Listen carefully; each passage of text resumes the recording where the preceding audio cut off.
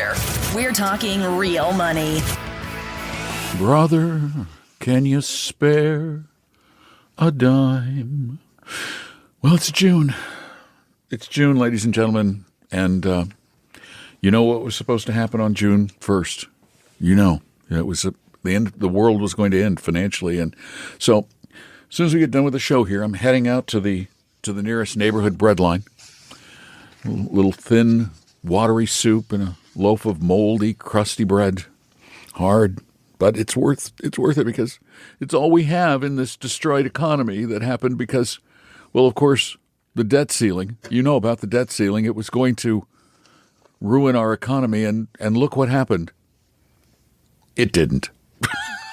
It didn't. Hi, I'm Don. That's Tom. Guess what this show is? Talking Real Money, where we do what? Talk real money with you. And you can call us right now to talk about the horrible depression we find ourselves in after the debt ceiling at 855-935-TALK, 855-935-8255. Tom, we hate to say we told you so, but... We told you so? Okay, I was waiting for that. Oh, yeah. That just slapped me around a little bit. That's going to take a little editing, a little post-production. I'm going to tighten that gap up. I wish you would. I wish you tighten all the gaps. Tighten everything up. I've got new software, actually, so I can do that. That'll work? Yeah, it's really cool. All right, my arms look fearsome. Dude, it's audio software. Okay, it doesn't work as well. I just get the sense, I hope I can say this, that we got sandbagged by the president. That is such a terrible reference. And it's going to go right over. Tripping all over ourselves to make a better line. 70% of people who don't watch any or read any news is going like, what did he sandbagging? Oh, yeah, well, you go type it in. All right, so what's going on here? Yes, we were facing a meltdown of tremendous proportions. It's, as you said, the people that were saying the economy, the world were going to come to an end if we didn't get this dealt with, I think we're a bit overstating it. But, okay, let's just see what's happened, right? We have basically a 2-year deal where we don't have to do this again for 2 years. Which is correct. For us old people, that's pretty much like tomorrow. or I was going to say, that's pretty much it. Yeah. I don't have to worry that much. Yeah, that's true. It'll be our last debt ceiling debate. The next one. That's it. They won't have to worry so much. Then it's off to our children to worry about. You guys take over. Exactly. Kids and grandkids can figure it out. So, but after all of that pressure was relieved, I guess is how you'd have to put it. Certainly people trading stocks were happy, right? The S&P 500 up 1.8% for the week, the holiday shortened week. Wow. I want to do that on an annualized basis. What's that on an annualized basis? Times 50 is pretty good. Non-farm payrolls, right? This is the number that everybody watches. Up 339,000 in May. That was way more than the 190,000 expected. We don't go through this. But here's one maybe that you'll like, Don. Mm-hmm. The VIX. I know you follow the VIX very carefully. Only when I have some chest congestion. You look good though. You took 2 VIX and you're back on the show. The stuff you rub on your chest. Oh gosh, I hate that stuff. Yes. Yeah. The VIX. That's the VIX. I was looking at the VIX. The VIX is Wall Street's fear index closed Friday at 14.6. That's the lowest since February of 2020. Now, we all remember February of 2020, don't we? Yeah, because that's when the pandemic basically started. Yeah, retire me. Bad times. We caused it. It started at retire me. We can put the blame on it. So what do we take away from all this? Well, it's not that we're smarter than anybody. It's not that we can see the future. What we can tell you is... Don't tell people we're not smarter. Shh. That we've seen this story play out several times. We've seen people react to things several times. And we've told you is stay calm so that you can invest and retire strong. Keep calm. Keep calm. I'm never going to get that right. Yeah. I'm just giving it up, man. He's got the shirt right on my shirt, too. You think I would know. some lady yesterday said, I'm going to do that. I said, you like the show? She goes, what show? I don't know. Okay, whatever. It's the short story. Doesn't really matter. Kind of hurt. The logo's small. So, how did you survive the big debt ceiling thing? We're going to talk with you and more stuff in a minute after this thing. Tom and Don are talking real money. Your guides to a really great financial future. Tom and Don are talking real money. We're professionals. Don't try this at home. Don't try to do a radio show like this at home. Don't even. You think I'd help you. You think it looks easy? No, it's not easy. It's hard. It's hard. This is a real job. This is a tough job. I'm Don McDonald. Tom Cox over there wearing his Talking Real Money Keep Calm and Retire Strong T-shirt. Beautiful. Covering up all the Still rest fits. of that. Still fits Magnificence. barely. And A lot of it, yeah. And you're out there, and I hope that if you have a problem with money, if you're trying to invest for your future better, if you're having a tough time saving, you're trying to figure out what you're doing wrong, discover maybe what might be right, give us a call at 855-935-TALK, TALK, 8255. You set me up today, too. I took What did like I 4 set you calls up this for? morning. You got on the podcast. You said, Tom's just looking for people to talk to Saturday morning. So I had like 4 calls today. They were fun. I enjoyed them all. It's just Well, then what are you complaining about? I don't know. I just thought I'd complain.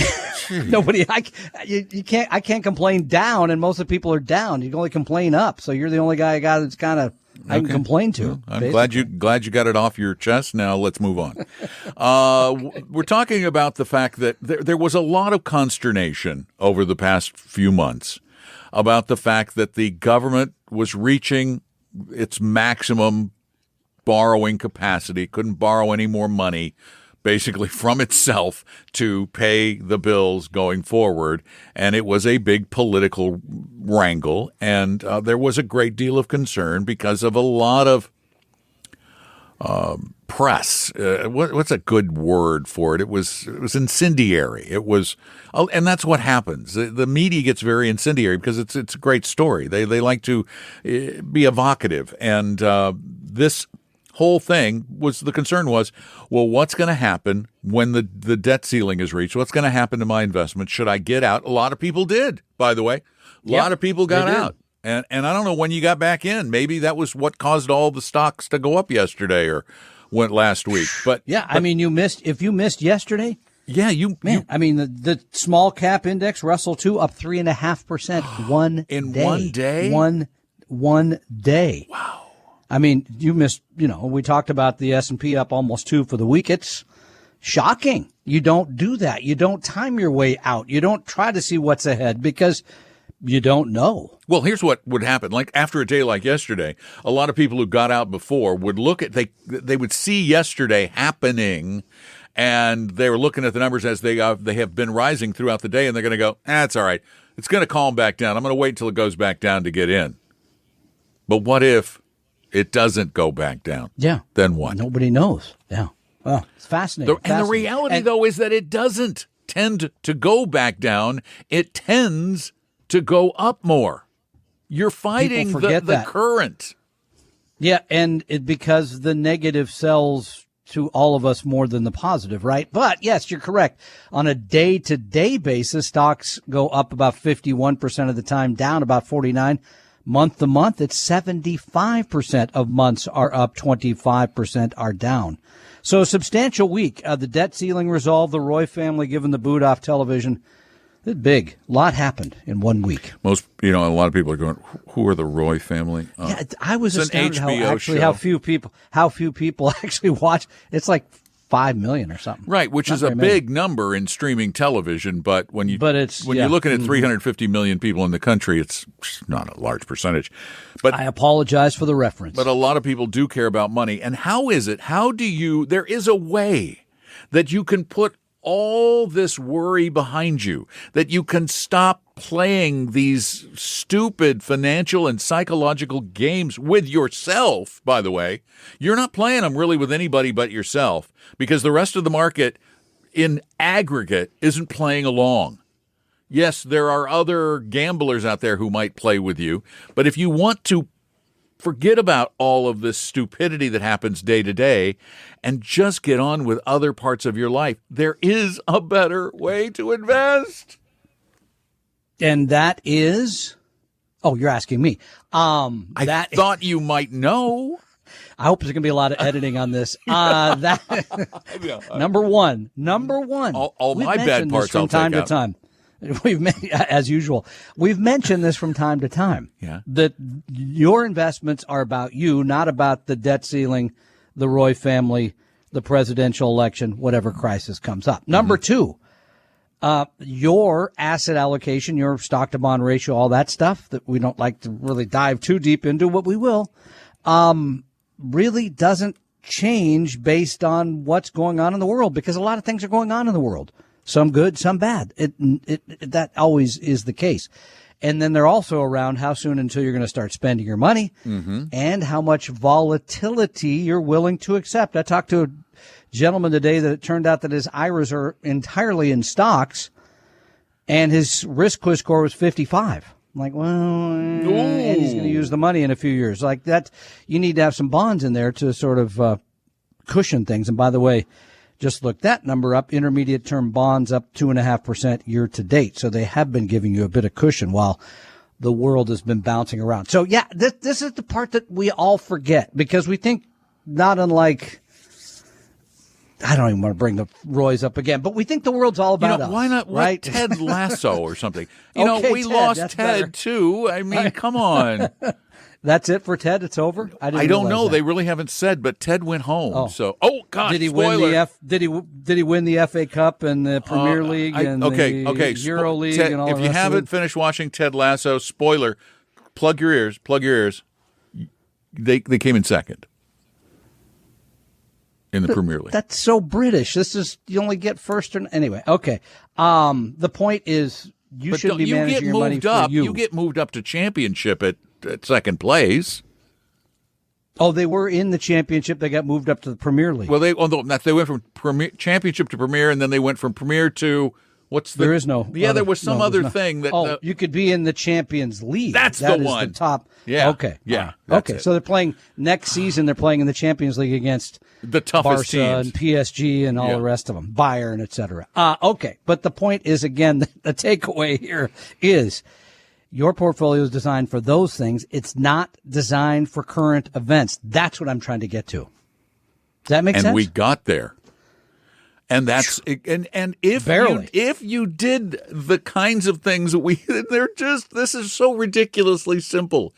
If it wasn't for our stupid brains, which are a good thing and a bad thing, it's like everything in life is a blessing or a curse. Our brains are like a blessing and a curse. They allow us to do all this cool, smart stuff, but they also make us do stupid things. If we just built the right portfolios and then rebalance them regularly, we'd be fine. Oh, and controlled our emotions. That, it turns out, by the way, we just read the latest Vanguard study. Yeah, and a good advisor builds the right portfolio, rebalances, all that stuff. But the 200 points, the 2% a year they say an advisor makes you on top of the rest of it, comes from helping you avoid those emotional decisions, which face us all from time to time, Don. Did Vanguard do a new one, a new Advisor Alpha study? This is the most recent one. So. Wow, I have to go look that one up. 855-935-TALK, 855-935-8255. We're here to help you deal with money better than you did before. Tom and Don are talking real money. For your real life and real future, Tom and Don are talking real money. Actually, the Vanguard Advisor Alpha study says that having an advisor can increase your return by 3%. Yeah, I was saying just the emotional part. Oh, just the emotional is the two, and then all the other things. The part for portfolio construction, rebalancing, tax loss, all that stuff, then the mechanics, yes. The part that you don't think you need an advisor for, turns out you need one a lot. It's an interesting study because it actually shows that if you get a good advisor, you can pay them a lot of money if they're good at what they do, if they do it the right way, if they're academically based, that you can make far more money than you're paying them and far more than if you just did it yourself. That's what this study says. You don't have to pay them as much as the guy we saw yesterday, 1.7 either. Oh, yeah. Outrageous. That was Edelman. Yeah.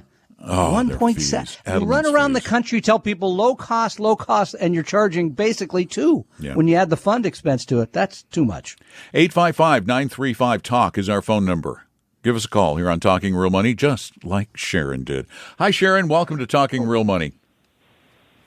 Hi. Hi. Happy to talk to you guys. Us too. I have a question. Thank you.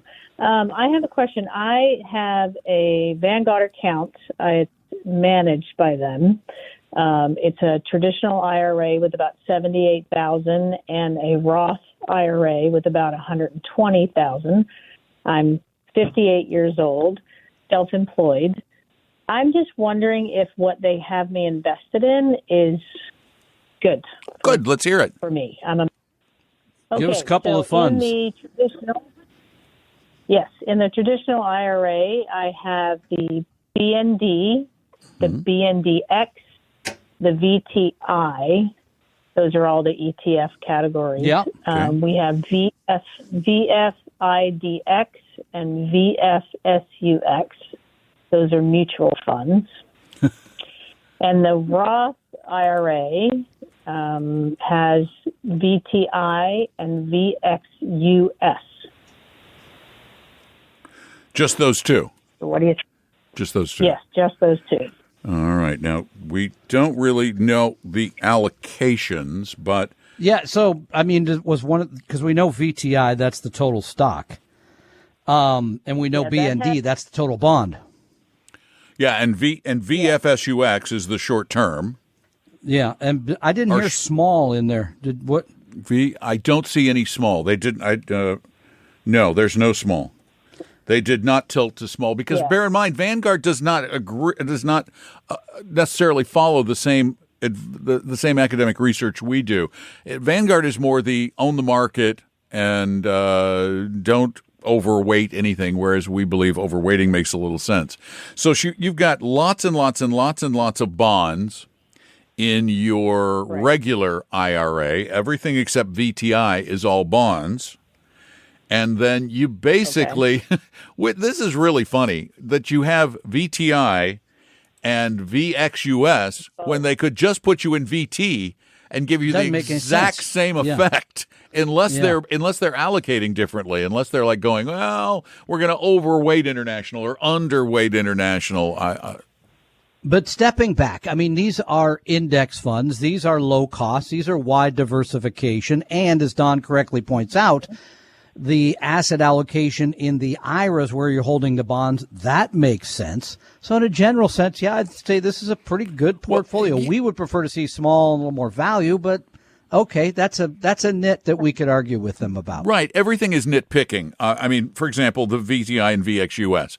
Why not make life easier and just put you in VT? Yeah. It just doesn't make sense. And the VTI in the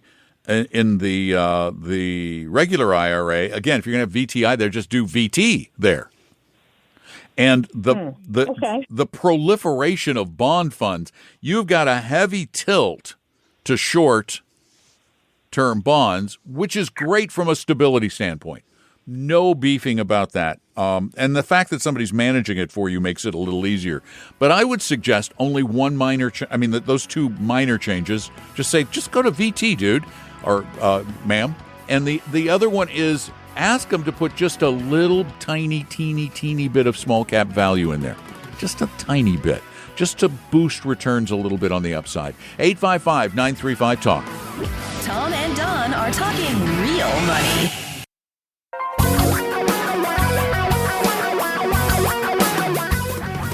Reality radio for a really great future. We're talking real money. Now, something we've figured out over the years, just being here doing this show for, I don't know, how many years have we been on Northwest News Radio, formerly known as how long? It's 10 years on this particular airwaves. Wow, that's a long time. One thing we've learned over that time is that the first hour is always the slower hour for callers. It's like people sort of wonder and they go, they really are? Really? They're going to answer my question? Really? They're going to help me out? Oh, well, I'll call them. And then you do it the next hour, and then we get to the end of the hour, and people are going, oh, I couldn't get in. 855-935-TALK is the number, 855-935-8255, and we would love to help you with money issues of any kind. Call now. Call now. Now or in a few minutes. Okay. Okay. Something interesting is happening in the market, and this happens all the time, but it's worth pointing out. For many years, the Chinese market has been touted as the place to be. I mean, the Chinese economy has been cranking out growth at unheard of numbers in the history of capitalism/communism. They've been doing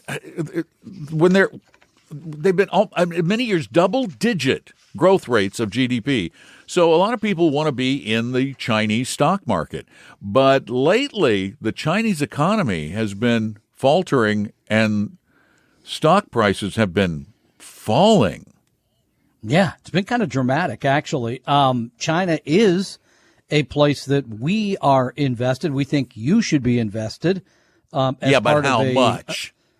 Small amount as part of an emerging markets portfolio, which would include other developing countries, Brazil, for example, India. People have been selling shares. Demand, as you said, is down, weak corporate earnings. And I just looked up the number. It's like $2 billion that left again last week. I don't think that's a whole lot of money, but when you look at things, it's substantial. Profits at firms are down for the first 4 months of the year. And you mentioned that back the last decade, growth has been very, very big. So what do you do with that information? Frankly, nothing. So that was just a total waste of time. Yeah, I'm sorry. I just got to be honest with you there. But the reason that I'm interested in this story, and I hope you are, is their neighbor Japan, which has been getting a ton of attention, including from the Warren Buffett guy who recently said, I'm piling money into Japan. So I went back and looked at the numbers. Do you know the Nikkei, which is has been among the best performing markets this year, 18% gain in the Nikkei 225 index? Do you know the Nikkei is trading still below where it was in 1990, which I believe is 33 years ago? Ooh. Does that sound like a great investment? There's a moral in there. Wait a minute. Really? I can tell you what the moral is, and I hope everybody get to it. Yeah. I hope everybody can kind of feel it coming. What if you lived in Japan and you believed so much in your country's economy that you only invested in Japan? You didn't invest globally. You didn't globally diversify.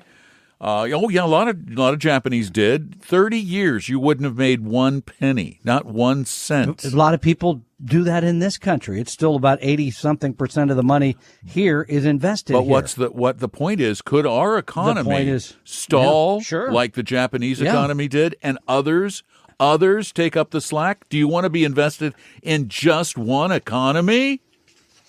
Couldn't agree with you more. The long-term growth rate has been somewhere around 1%, I think I read, for a lot of those last. The reasons this year that things are looking better is depreciation of the yen, right? Because the U.S. dollar has been, and I love this other one.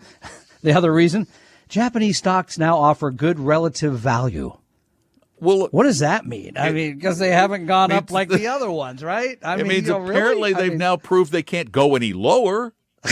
Yeah, they're cheap compared to U.S. stocks, really, because U.S. markets had a pretty good 30-year run. So Japan, like China, yes, should be in your portfolio. Japan, the market cap there, I think, is still like 6 or 7% of the global market cap. It's still huge, way bigger than China's. China's economy is bigger. Their stock market, much smaller. That's something that I think people have a hard time understanding. Their economy is ginormous, but it's because so much of it is either government owned or government controlled. You can't do much. You can't invest much in it. As a matter of fact, the emerging markets index, which is only a small part of the global market, 31% of that is China. That's all. 855-935-TALK. Tom and Don are talking real money. Your guides to a really great financial future. Tom and Don are talking real money.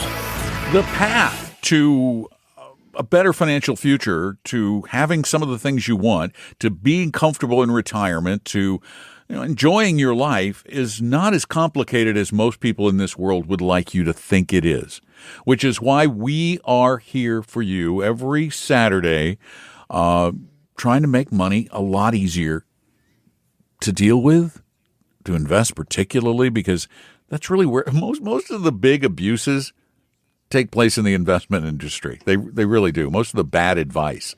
You had a name for it yesterday on the podcast. It was bad. I don't remember it now because I was driving around. But wow. I'm telling you, it's really where the worst stuff happens.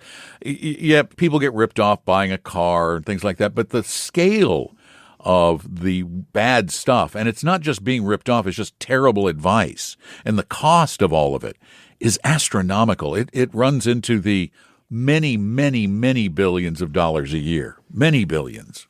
They did an estimate a few years ago, remember, I think when Barack Obama was president of the United States, looking at the cost of non-fiduciary advice. It was in the billions. It was significant. So, yeah. 855-935-TALK. That is the phone number you need to dial to get advice that is in your best interests, not ours, yours. 855-935-8255. And Mike, you're up. Welcome to Talking Real Money. Hey, guys. Hey. So, question. I probably did some advice against you. Well, did some things against your guys' advice a couple years ago. I paid off my house. I had about $100,000 left. Took some money out of the stock market, and then I still got some cash left over. I'm getting close to 60. I'll probably work another 5 years, I suppose. I'm wondering if I should buy into some bonds and get about half my portfolio or 40% of my portfolio into bonds, or look into some kind of an annuity stream. I've been kind of reading a little bit about, I forget the guy's name, Wade Pfau or Fu, or I forget how you say it. Yes, Wade Pfau. Wade Pfau of the New York Life School of Business, literally. Yeah. He's funded by New York Life. I wonder where his bias might lie. Man, I don't know. I wonder. Yeah. Anyway, no, okay, but yeah, I don't wait, know whether to look you into paid off your house? Or we told you not to pay off your house? Oh, man. What's that? Can you put it back in? Can you put the money? No, what was the interest rate on the house, by the way, that you paid off? Yeah. About 3%. Cheap money. I start getting mad here in a minute. All right, here's what you're doing. Here's what you're doing, Mike. But before Tom gets into a big dissertation, here's what you're doing. You're doing this hodgepodgey, let me just kind of buy what I read about thing.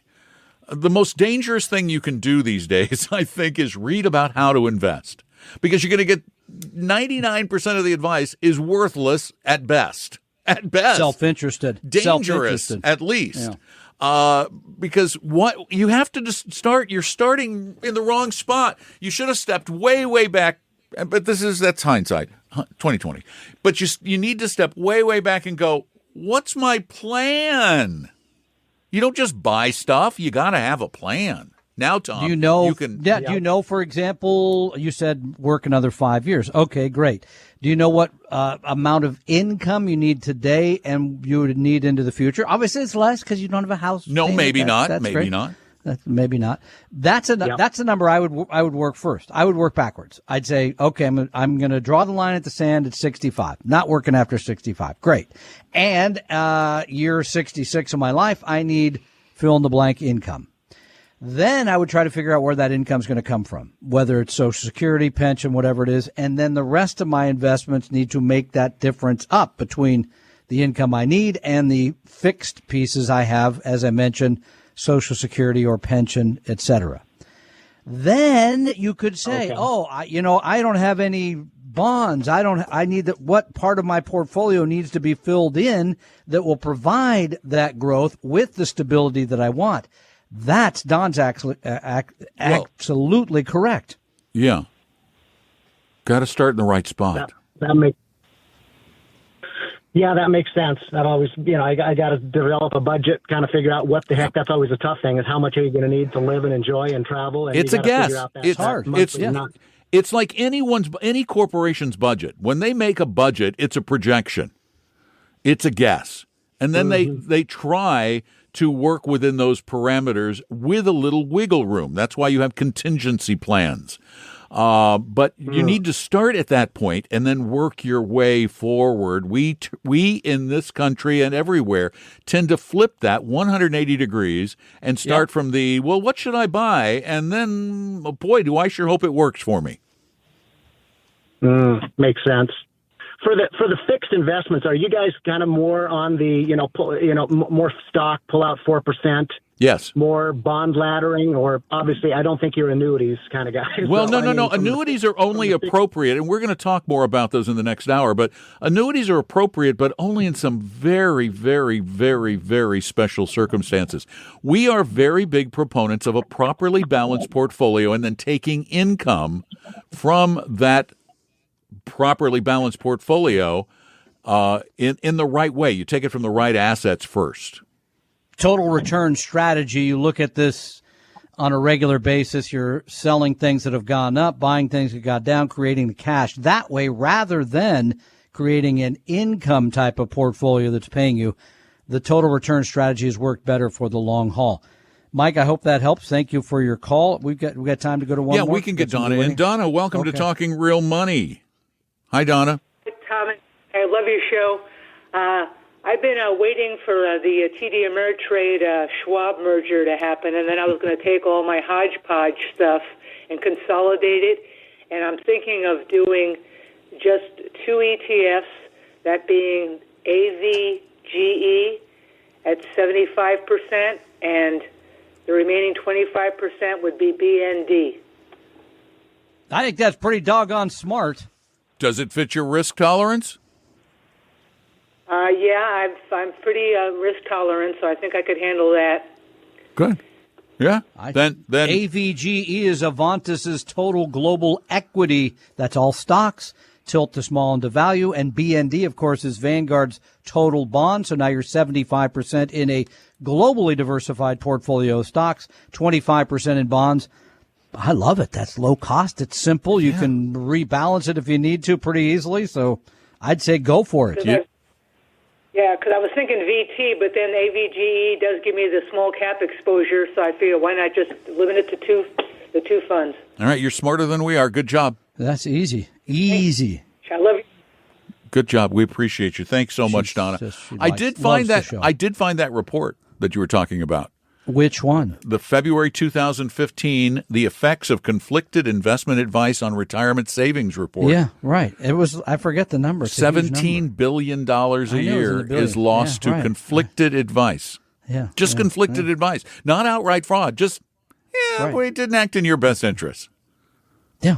That turns out you add that up a couple of years, you're talking real money. Real money. Yeah. And that was early for the out cue. So apparently we have to talk for another minute. I'm working ahead. Yeah. You know me. I always like working ahead. That's why we try to get to the break, is by, saying, and we're going to hang out here, talking real money or something to that effect. 855-935-TALK. That's our phone number. We will be back in just a moment talking real money. Tom and Don are talking real money. For your real life and real future, Tom and Don are talking real money. All right. Well, Tom's over there sending semaphoric signals to his daughter through the window.